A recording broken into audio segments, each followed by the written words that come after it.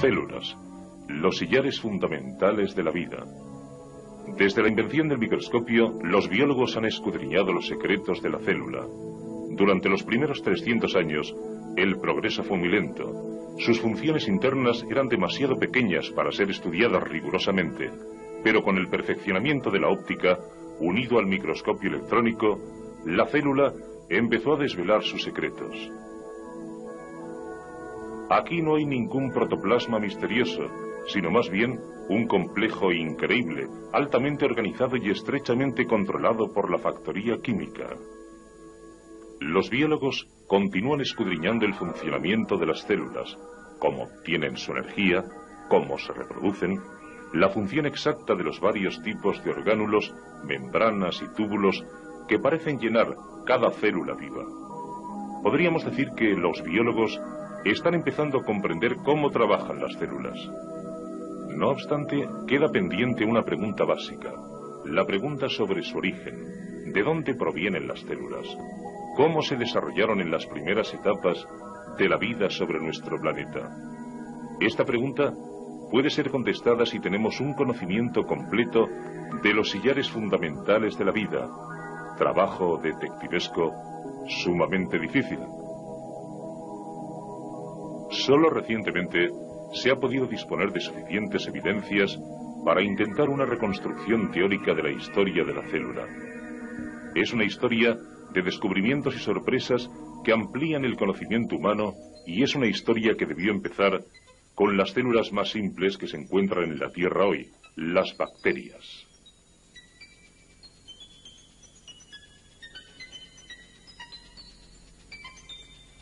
Examinando estos increíblemente pequeños organismos, el microscopio electrónico ha evidenciado un hecho asombroso.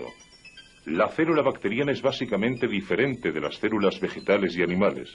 No solamente es cientos de veces más pequeña, sino que es una célula sin núcleo. El término procariota ha sido aplicado a las bacterias y a otras formas de vida que no tienen núcleo. Así, pro significa antes y cariota significa núcleo, dando a entender que los procariotas son simplemente células primitivas de un tipo antiguo. A finales de 1970, los científicos que trabajaban con muestras de rocas procedentes de Australia descubrieron pruebas de vida extremadamente primitivas sobre nuestro planeta, células fósiles parecidas a bacterias en rocas de 3.500 billones de años. En una línea de tiempo que empieza con el origen de la Tierra, hace aproximadamente 4.600 millones de años, y que alcanza hasta el presente, los antiguos fósiles fueron hallados aquí. Estas primitivas formas de no vida eran similares en estructura a ciertas bacterias que se hallan en la actualidad viviendo en los manantiales termales. El manantial termal representa un paréntesis en el tiempo de un medio ambiente que probablemente no ha cambiado mucho con el paso de los años. Y es un medio ambiente completamente dominado por los procariotas vivos que ofrecen a los biólogos una idea de cómo las células primitivas pueden haber llevado a cabo sus funciones vitales. Así, viviendo en estas enmarañadas capas, están las bacterias que realizan fotosíntesis primitiva, convirtiendo la energía lumínica en energía química. Pero, a diferencia de las plantas verdes, no liberan oxígeno. ¿Mantienen estas bacterias de los manantiales termales una simple y primitiva forma de fotosíntesis? Si esta línea de pensamiento es correcta, entonces las comunidades de vida sobre la Tierra de hace millones de años debieron haber sido algo semejante a esto. Era un tiempo de espuma amarilla y diminutas células nadando.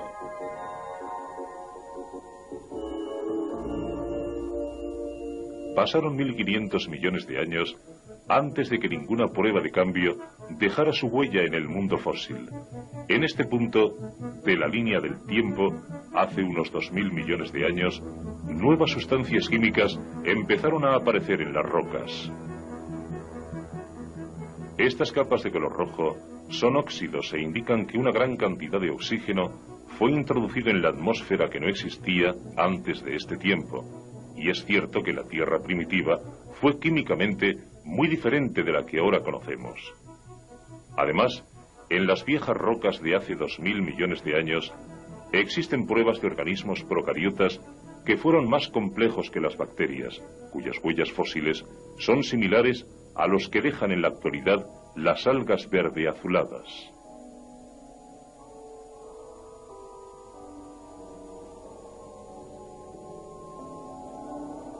A diferencia de los primitivos procariotas, estas largas cadenas de células verde-azuladas llevan a cabo una fotosíntesis completa, en la que el oxígeno es expulsado como un producto de desecho. Los biólogos interpretan esto como una prueba de que los procariotas verde-azulados fueron responsables de la iniciación del sistema de soporte de nuestra vida actual. Pensemos en esto: microscópicas células verde-azuladas afectando a un planeta entero, burbuja a burbuja.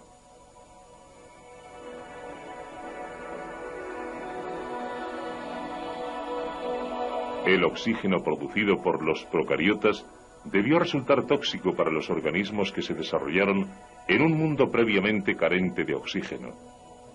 No obstante, para aquellos organismos capacitados de adaptación, la utilización de oxígeno fue un beneficio sustancial, una mejor manera de obtener energía de las moléculas alimenticias. Cuando una molécula alimenticia es descompuesta en el interior de una célula, la energía liberada es recogida por una molécula portadora de energía llamada ATP. Sin oxígeno, una célula bacteriana produce solo 2 moléculas de ATP por cada molécula de azúcar descompuesta. Con oxígeno, la misma molécula de azúcar produce 18 veces más ATP. Con su perfeccionamiento en la utilización de la energía, los procariotas prosperaron. La Tierra fue volviéndose un lugar biológicamente más interesante. Entonces, hace 1000 millones de años, las cosas empezaron a cambiar rápidamente, como puede observarse en las rocas del fondo del Gran Cañón. En aquel tiempo, un tipo de células enteramente nuevo empezó a dejar sus huellas. Una célula con un núcleo. Eran organismos eucariotas.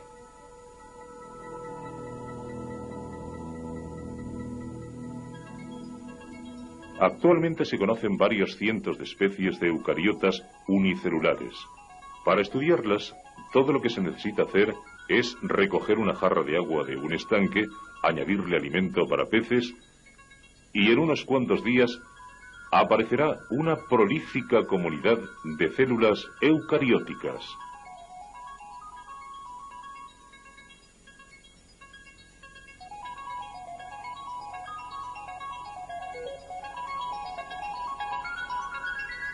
Aquí hay un notable contraste. Una célula eucariótica repleta de estructuras internas. Es muchísimo más compleja que los minúsculos procariotas nadando en este cultivo. Las aguas de hace 1000 millones de años han sido un laboratorio natural explorando las posibilidades de esta nueva forma de vida celular.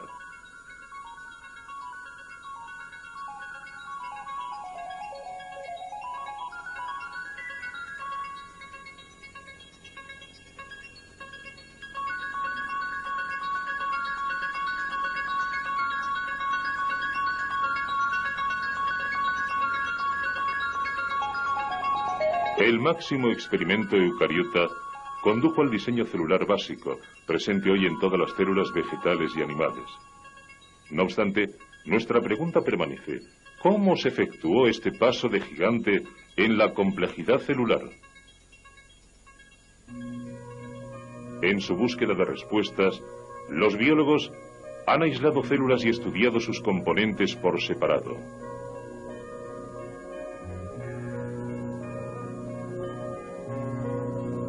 Un orgánulo celular que está aportando luz a los biólogos dentro del misterio de la evolución de los eucariotas es el cloroplasto.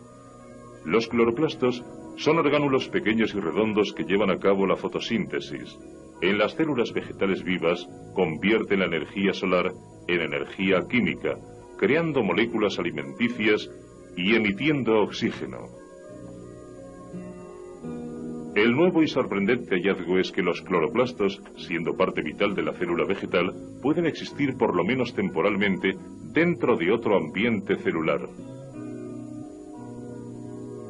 Por ejemplo, los investigadores han inyectado cloroplastos extraídos de células vegetales dentro de huevos de gallina. En este ambiente extraño, los cloroplastos no solo sobreviven, sino que si tienen luz, se multiplican. Muy recientemente, los biólogos han descubierto que lo que podía ocurrir en el laboratorio ocurre también en la naturaleza. Ciertas babosas de mar que viven en los arrecifes de coral son capaces de transferir cloroplastos de las algas que han comido a sus propios tejidos, produciendo su color verdoso. Estos raros animales se han aprovechado de la capacidad de los cloroplastos para vivir independientes y convertirse en granjeros de cloroplastos. El hecho de que los cloroplastos puedan vivir fuera de su medio natural suscita una intrigante pregunta. ¿Es posible que estos cuerpos fundamentales, productores de alimentos, fueran en tiempos pasados organismos independientes? Imaginemos lo que pudo haber ocurrido hace 1000 millones de años. Una célula nucleada primitiva se procura su alimento engullendo procariotas azulverdosos. Ahora puede que algunas de las células fotosintéticas sobrevivan y continúen produciendo alimento. Con el tiempo, las dos especies comparten más y más sus funciones. Finalmente, sus vidas llegan a entrelazarse en una cierta simbiosis, una experiencia compartida. Actualmente, los biólogos están descubriendo que muchos organismos unicelulares contienen similares células verdes.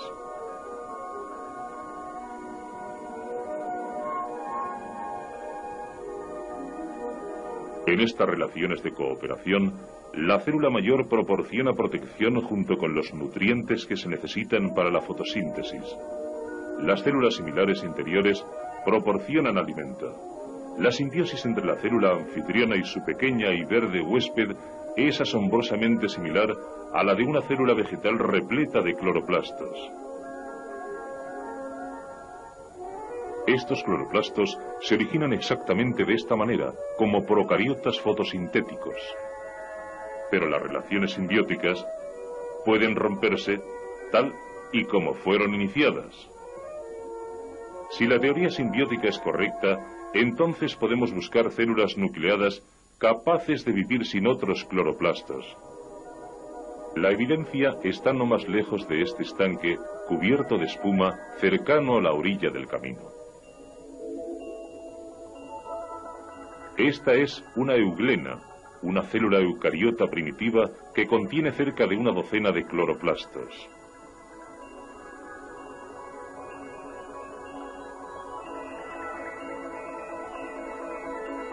Tratamos un cultivo de euglena con antibióticos y pronto empezará a aparecer unos euglenoides bien definidos. Estas células han perdido sus cloroplastos, pero si se les alimenta, son capaces de sobrevivir y reproducirse. No obstante, una vez perdidos, los cloroplastos no pueden ser recuperados. Estos hechos son la evidencia de que los cloroplastos, los primitivos orgánulos productores de alimento de las células vegetales, fueron una vez organismos vivos independientes. La teoría simbiótica ha conducido a la búsqueda de sus antiguas conexiones. Energía, la portentosa fuerza motriz de la vida. Cada célula está impulsada por una fuente de energía especial, la mitocondria. La célula muscular, que trabaja tan duramente, o un organismo unicelular, contienen muchas mitocondrias. Estos orgánulos proporcionan energía al oxidar las moléculas alimenticias y liberar energía para el trabajo celular. Esta microfotografía electrónica muestra una mitocondria. Aquí, las moléculas alimenticias son descompuestas por el oxígeno para producir una energía utilizable en forma de ATP, como en los cloroplastos. Las mitocondrias se reproducen por división. Son sorprendentemente parecidas a los procariotas simbióticos que viven en una célula anfitriona.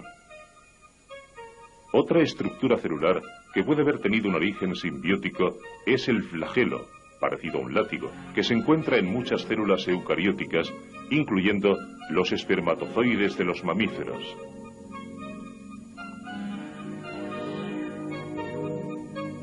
¿Pudo una culebreante motobacteria entrar en una asociación aportando el movimiento? Aquí la evidencia no es tan convincente como lo es para los cloroplastos y las mitocondrias. No obstante, es fascinante pensar que los medios a través de los que los espermatozoides llegan a alcanzar el óvulo pueden ser proporcionados por los descendientes de un antiguo procariota simbiótico. La teoría simbiótica resulta ser un punto de referencia importante para plantear el origen de los organismos eucariotas y, por tanto, un eslabón fundamental de la evolución.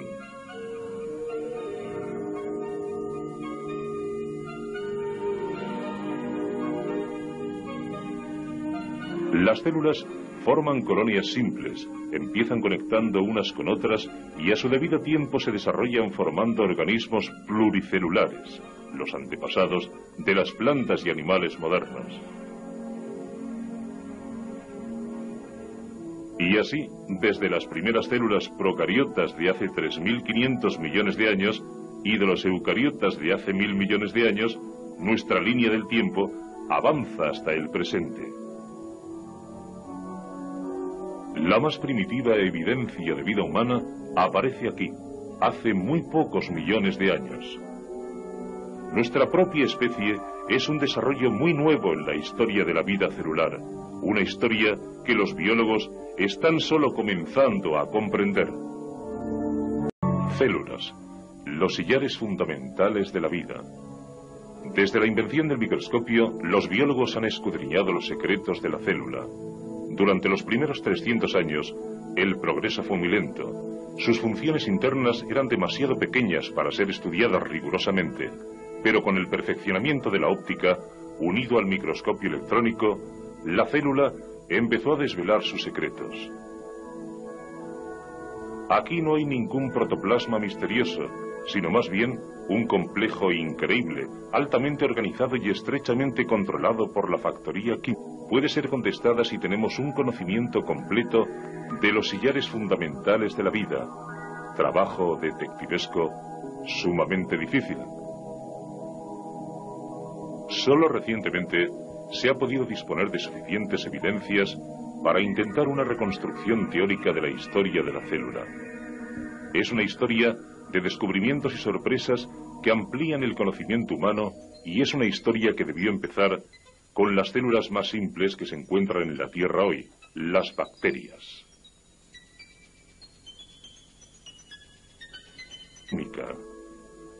Los biólogos continúan escudriñando el funcionamiento de las células, cómo obtienen su energía, cómo se reproducen, la función exacta de los varios tipos de orgánulos, membranas y túbulos que parecen llenar cada célula viva.